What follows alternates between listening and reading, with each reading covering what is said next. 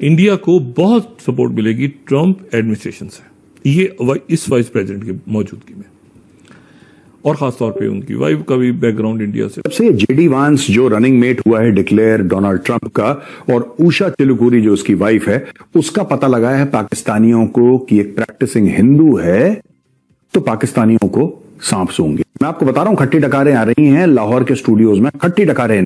तो उसमें पाकिस्तान अगर टैक्स नेट नहीं बढ़ा पाएगा, टैक्स टू जीडीपी रेशियो जो आप जिक्र कर रही हैं वो नहीं बढ़ाएगा, तो पाकिस्तान का यकीनन दिवालिया निकल जाएगा, क्योंकि और कर्जा लेने को नहीं है अब पाकिस्तान के बैंकों के पास। हुकूमत ने तकरीबन सारा ही ले लिया। आए भारत में, मैं आपको लेके चलूं, वहां पे क्या बात हो रही है जी? वहां पे डिस्कशन हो रही है स्ट्रेटेजिक ऑटोनॉमी की डिस्कशन हो रही है। वहां पे ये डिस्कशन हो रही है कि अपने बच्चों को कैसे दुनिया के जो ममालिक है वहां पे भेजें। सेकंड फर्स्ट लेडी होंगी या सेकंड लेडी होंगी। और जेडी वैंस की वाइफ के बारे में भी इस वक्त बहुत बात की जा रही है, क्योंकि जेडी वैंस की wife daughter of Indian immigrants हैं। हमें किसी चीज का कामों से कंपेयर नहीं कर सकते। मोदी जब आ रहा था, जब नरेंद्र मोदी इनका प्राइम मिनिस्टर बना था, तो यहाँ पे हमने प्रोपेगेंडा किया, ये होने लगा वो होने लगा, और हम मोदी ये ऐसे कर देगा, वो तो मुल्क ऊपर उठा के ले गया। मनफी 8% है महंगाई, मनफी 8%, ये हमारे पड़ोस में। और श्रीलंका में जहाँ 2 साल पहले दिवालिया निकल गया था और 60% तक महंगाई की थी, तो 2 साल के अंदर अंदर वो 0.9% पे ले आए, यानी 1% पे।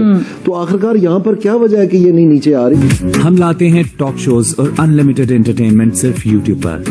अगर आपने अभी तक हमारा चैनल सब्सक्राइब नहीं किया तो अभी सब्सक्राइब करें और बेल आइकॉन को क्लिक करके हमारी लेटेस्ट वीडियोस के बारे में अपडेट जानें। देखिए, ये आप ध्यान में रखें कि इंडिया को बहुत सपोर्ट मिलेगी ट्रंप एडमिनिस्ट्रेशन से, ये इस वाइस प्रेसिडेंट की मौजूदगी में, और खासतौर पे उनकी वाइफ का भी बैकग्राउंड इंडिया से। लेकिन वो सपोर्ट मिलेगी कि खुलकर आपने चाइना के अगेंस्ट आना है। सबसे जेडी वांस जो रनिंग मेट हुआ है डिक्लेयर डोनाल्ड ट्रंप का, और उषा चिलुकुरी जो उसकी वाइफ है, उसका पता लगाया है पाकिस्तानियों को कि एक प्रैक्टिसिंग हिंदू है तो पाकिस्तानियों को सांप सूंघे। मैं आपको बता रहा हूं, खट्टी डकारें आ रही हैं लाहौर के स्टूडियोज में, खट्टी डकारें इनको। अब ये कह रहे हैं कि क्या हमारे साथ गेम हो गया है? वो कह रहा है हाँ चौधरी साहब, हमें भी लगता है एक साजिश हो गई है। तो वो कह रहा है कि हमारे साथ साजिश हो गई है, क्योंकि अब फिर हिंदू बैठेगा व्हाइट हाउस में और वहां से साजिश करेगा। इनका दिमाग देखो पाकिस्तानियों का। पाकिस्तानी खुद काफी हैं अपनी खुद की मजाक उड़ाने के लिए। हम तो समझ रहे थे कि अब पैसे आएंगे, डेवलपमेंट होगी, इकोनॉमी अच्छी चलेगी। भाई यहाँ तो हर चीज रुक गई है। जो रोजाना पाकिस्तान के टीवी स्टेशन में और पाकिस्तान की आप अखबारें खोलें तो जो आपको नजर आता है, आपको लगता है यहाँ पे इन्वेस्टमेंट आएगी। मैं कहता रहता था कि यार कोई बनाना रिपब्लिक बना दिया, लेकिन जितना इन लोगों ने बना दिया मेरे ख्याल में इमरान खान साहब ने नहीं बनाया। आए भारत में, मैं आपको लेके चलूं, वहां पे क्या बात हो रही है जी? एशिया का सबसे अमीर आदमी जो है उसने अपने बेटे की शादी की, Tony Blair, Boris Johnson, Adele, Drake, David Beckham, ये गेस्ट लिस्ट में, ये है वहां पे डिस्कशन। ठीक है जी, इंडिया के अंदर जो इलेक्ट्रिक व्हीकल मार्केट है वो मोमेंटम ले रही है, ये है इंडिया की discussion. This is what India's discussion is. उन तमाम सिस्टम के चौकीदारों को भी गौर करना चाहिए कि हम क्या करते रहे हैं, उनको भी तो गौर करना चाहिए। पाकिस्तान के अवाम इस मुसीबत में आ गए, इंटरनेशनल खेल हो रहा है। आप क्यों गए थे सीटों में और सेंटरों में? क्या करने गए थे आप? जब आप पाकिस्तान, ईरान, इराक और तुर्की ने जाकर ताज बनाया बरतानिया के साथ, जब पाकिस्तान ने ताज बनाया था बर्मा, थाईलैंड, फिलिपाइन, अमेरिका, बरतानिया, ऑस्ट्रेलिया और कनाडा और फ्रांस, इन मुल्कों के साथ जाकर आपने ताज बनाया और कहा कि जनाब हम जो है आजाद दुनिया के चौकीदार बनेंगे। बने आपने एक सिस्टम के मुद्दे मुकाबले दूसरे सिस्टम के साथ दिया और नतीजा क्या हुआ? आप फ्रंट लाइन स्टेट बने जाकर, और उसके नतीजे में क्या हुआ? आप जो है अपना मुल्क गंवा बैठे हैं। ठीक है जी, वहाँ पे इंडिया में डिस्कशन हो रही है कि वहाँ पे जो मोबाइल ऐप्स हैं उनका बड़ी तेजी से इजाफा हो रहा है। इंडिया में जो डिस्कशंस हो रही हैं कि जी इंडिया की जो वेडिंग इंडस्ट्री है वो 130 अरब डॉलर की, मतलब आप लेवल तो चेक करें वहाँ पे डिस्कशन क्या हो रही है। That is a point of discussion in India. आपने इंडिया को जाके देखना है तो वहाँ पे साउथ एशिया के अगर आप पढ़ने, पूरी दुनिया के आप अखबारें उठाएं और वहां पे जाके ये पढ़ना शुरू कर दें, वहां पे पढ़ना शुरू कर दें कि वहां पे एशिया में, इंडिया में मोदी क्या कर रहा है।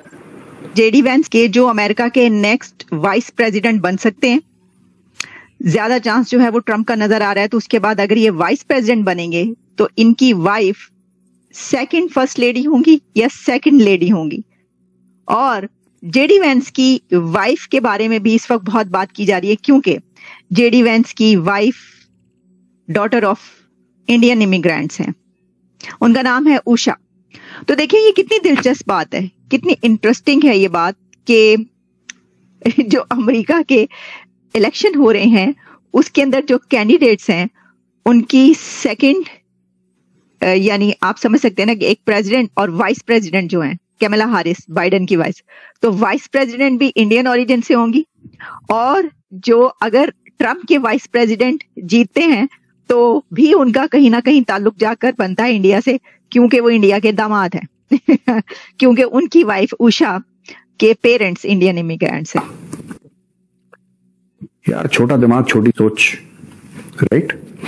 अच्छा, ये भी डिस्कस हुआ है, पाकिस्तानी टेलीविजन चैनल्स की बात कर रहा हूं मैं, यूट्यूब की बात नहीं कर रहा, टीवी चैनल्स, ये भी डिस्कस वहां पर बड़ा हुआ है। कह रहे साहब ये पता लग रहा है कि अच्छा वो तो हिंदू है, तो फिर फिर तो इंडिया के साथ रिलेशंस इनके फिर से अच्छे हो जाएंगे। और ये कैसे हो गया है, ये कैसे, मतलब they are unable to come to terms. जो लोग घुल मिल नहीं सकते वो कभी सक्सेसफुल नहीं हो सकते, राइट। अब जेडी वैंस क्या कहता है? जेडी वैंस कैथोलिक है, वो ईसाई है, उसकी बीवी हिंदू है, शादी के बाद भी वो खुद ईसाई है, उसकी बीवी हिंदू है। वो क्या बोलता है कि मुझे एक बेहतर ईसाई बनने के लिए मेरी वाइफ ने, यानी कि जो उसकी वाइफ है जेडी वैंस की, कहता है कि उसकी जो वाइफ है उसने प्रेरित करा कि तुम बेहतर ईसाई बनो, क्योंकि मैं तो ऐसी था, ठीक है, माँ बाप ईसाई थे इसलिए वो ईसाई घर में पैदा हो गया, लेकिन उसने कभी रिलीजन को सीरियसली नहीं लिया। हिंदू कभी ये नहीं कहता कि मेरी तुम्हारे साथ शादी है और मैं तुम्हें कन्वर्ट करना चाहता हूं, कन्वर्ट करना चाहती हूं। दोस्तों ये सनातन की ट्रेनिंग है, ये पाकिस्तानियों के समझ की बहुत, ये सनातन की ट्रेनिंग है। और उषा ने वही करा जो उषा के मां बाप ने उसको सिखाया था। उषा के मां बाप ने जो समझाया था उसको कि बेटा ऐसे आपको जिंदगी जीनी है। इसको कहते हैं इंसानियत। इंसानियत ये नहीं है कि अगर तुम्हें उषा के साथ शादी करनी है, ठीक है, तो जेडी वैंस जब तक जगदीश नहीं बनेगा उसकी शादी नहीं होगी, राइट। और जेडी वैंस तो खुद ही नास्तिक था पहले, he was himself an atheist. वो बाद में शादी होने के बाद ही बिकेम अ बेटर क्रिश्चियन। वो खुद कहता है became a better Christian after I married Usha, जो भी उसकी वाइफ का नाम है, तो वो कहता है खुद। जेडी वैंस और उषा के 3 बच्चे हैं और उनमें से जो एक उनका बेटा है उसका नाम भी विवेक है।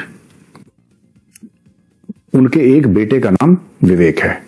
करें, मुझे ऐसा लगता है कि ये बहुत बड़ा सबक है, खासतौर से उन पाकिस्तानियों के लिए जो लाहौर में स्टूडियोज में बैठ के बकवास कर रहे हैं, कराची में स्टूडियोज में बैठ के बकवास कर रहे हैं कि अब एक हिंदू आ गया है। अभी आप देखिए, अभी अभी तो राहत की हमने सांस ली थी, यहां पे इतना डिस्कशन नहीं हो रहा है। पाकिस्तानियों को बड़ा प्रॉब्लम हो रही है लाहौर में बैठे बैठे कि हिंदू रीति रिवाज से इनकी शादी हो गई। इसका मतलब ये है, इसका मतलब ये हो कि तो फिर क्या लग रहा है चौधरी साहब कि ऐसी फंस गए हैं क्या? हाँ जी हाँ, फंस गए हैं, लगता है फिर से साजिश हो गई है। तो आपको ये वीडियो कैसा लगा कमेंट बॉक्स में जरूर लिखिए। इस वीडियो को लाइक कीजिए, शेयर कीजिए, सब्सक्राइब करना ना भूलिए आपके चैनल EFCZ को। तो मिलते हैं अगली वीडियो में। जय हिंद।